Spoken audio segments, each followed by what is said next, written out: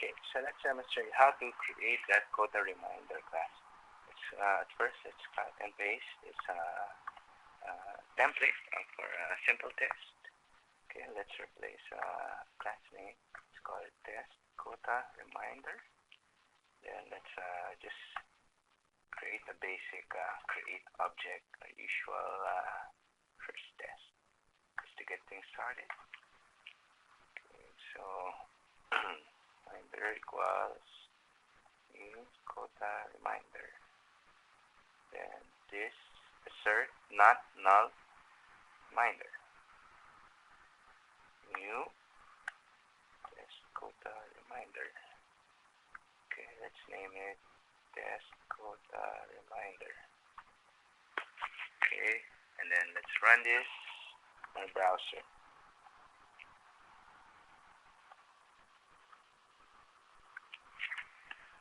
Okay, naturally we'll get an error because we don't have quota reminder yet.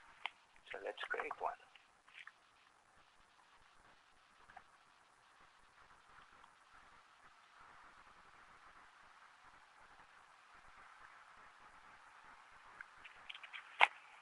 And run the test. Oh yeah, we haven't included it yet, of course. But I forget.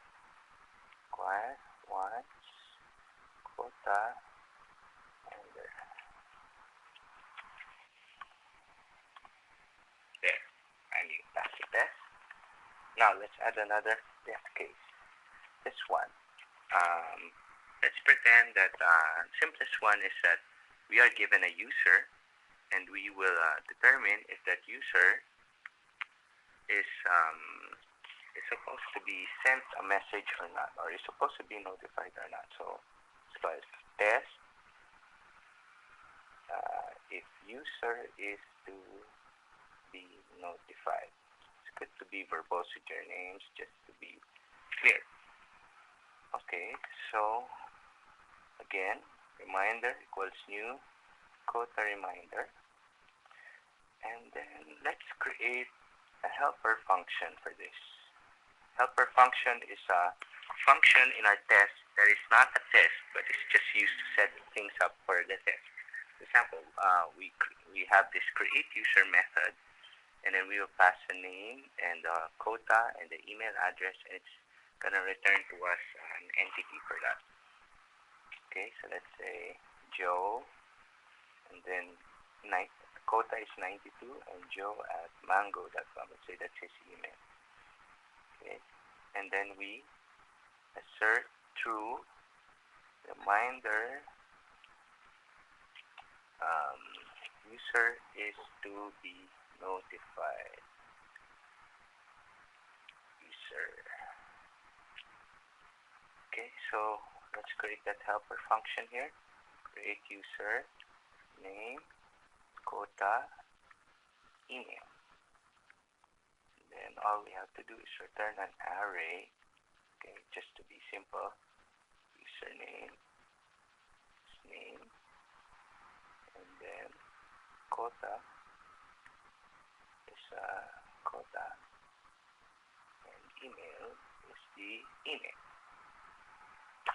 Okay, so run the test. You'll definitely fail because we don't have a user is to be notified method for quota reminder. So let's go to quota reminder and create that function. User is to be notified. User. Okay, so why don't we just return true, just to fulfill our test here, which looks for a true value. So run the test. Okay, so that means we have sufficient stuff in our quota reminder to do a real test. Okay, so this time let's assert a false. Let's say this create use and let's say Anne has just a quota of 89. So 90% and above should be notified. 89% below should not be notified. And at domain.com. Okay, and so what do? We assert that it's false. Reminder, user is to be notified. User. Okay, Let's run it. It fails. Why? Because we expected false, we got true. So we change quota reminder. Let's put in the real implementation. Okay. User quota is greater than 90. Okay, so should be greater than 90. Okay, we're passing. Okay, I'm not very convinced yet. Okay, what if the user's quota is exactly 90?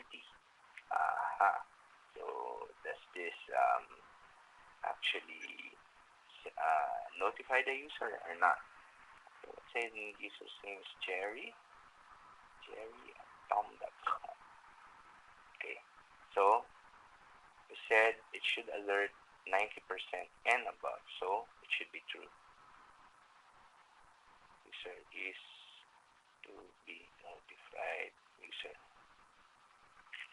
Okay, so let's run this.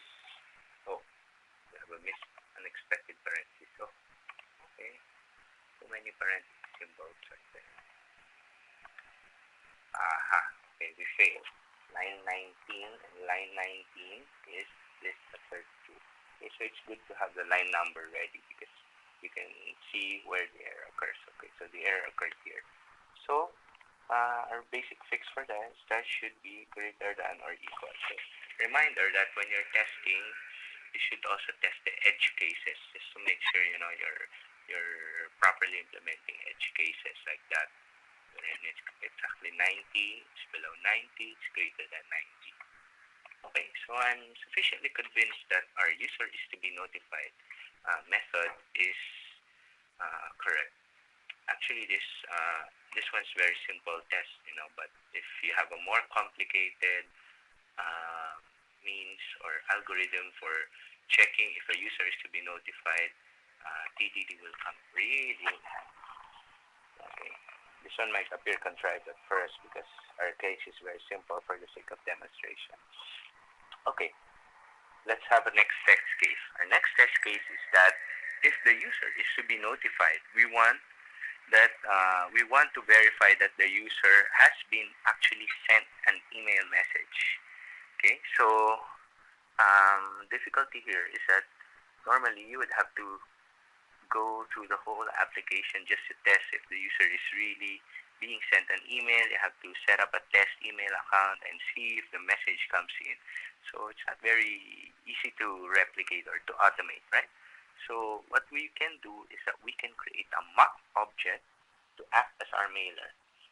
Okay, and we'll make that mock object very, very simple just to demonstrate that it's actually sending email. And then when it comes to actual implementation time, we can just create a very simple implementation for that.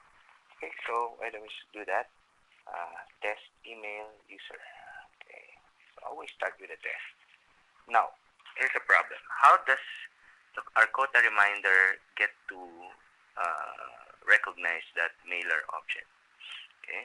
So what we can do is to practice what we call inversion of control. You can read more about this in the internet, but this concept of inversion of control means that your classes do not instantiate the classes they depend on by themselves. Rather, they expect that the classes that they depend on, the objects that they depend on, should be given to them. The benefit of this approach is that you are not tied to a particular implementation of a certain class or functionality. You can create interchangeable or pluggable implementations immediately. Like in this case, we can do our unit testing with a mock object version, which doesn't really do anything. But in actual implementation, we will put in to quota